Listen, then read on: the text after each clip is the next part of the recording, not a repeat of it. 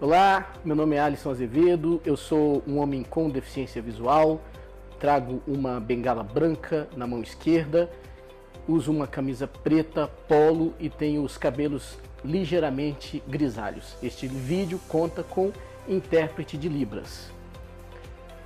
Eu sou mestre em Geografia e estou aqui a convite do Centro de Memória do TRE Goiás para falar um pouco sobre racismo ambiental.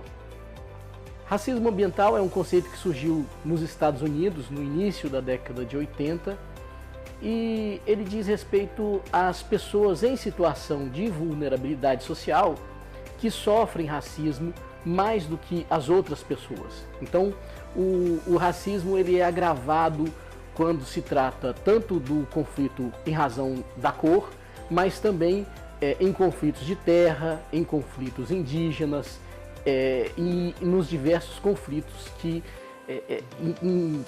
dizem respeito às pessoas em situação de vulnerabilidade. Esse é, então, o racismo ambiental.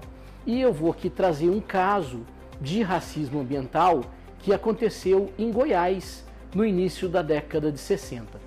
A partir de meados da década de 50 até o início da década de 60. Esse foi um conflito de terra na região norte de Goiás, chamado o Trombas e Formoso, o conflito de Trombas e Formoso. As pessoas daquela região, uma região muito pobre, começaram a se organizar em função da terra para o trabalho camponês e elas sofreram ataques de grileiros por causa principalmente da construção de Brasília e da rodovia Belém-Brasília, que margeava aquelas terras. Então os grileiros eles chegavam e diziam: essa terra é minha, apresentavam documentos falsos, daí o nome grilagem, né, que eram documentos amarelecidos pelo tempo, envelhecidos, com truques, e aí diziam que eram donos da terra e na verdade não eram.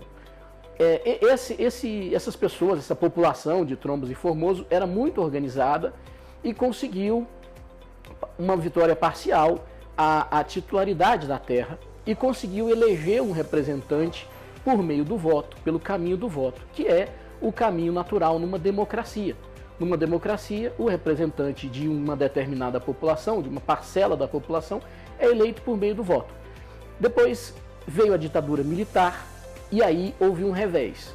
O líder daquela população, José Porfírio, que era deputado estadual, se tornou um desaparecido político. Ele foi preso pela ditadura militar e ele se tornou um desaparecido político e aquilo que tinha sido uma vitória parcial se transformou numa derrota e essa história foi apagada por aquele período de ditadura militar, né?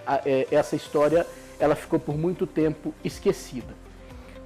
O papel do Centro de Memória do Tribunal Regional Eleitoral de Goiás é exatamente resgatar essas histórias de cidadania para que elas sejam visibilizadas, para que essas populações que sofreram racismo ambiental, tanto essa quanto outras, tenham as suas histórias resgatadas e para que elas não sejam mais esquecidas e nem invisibilizadas. Então, o papel do Centro de Memória num processo e num regime democrático, que é o que nós vivemos hoje, é resgatar e dizer que essas populações hoje podem se organizar, podem fazer as suas lutas e eventualmente disputar eleições, eleger seus representantes sem que aconteça o que aconteceu lá em Trombas e Formoso, de uma liderança ser calada e ser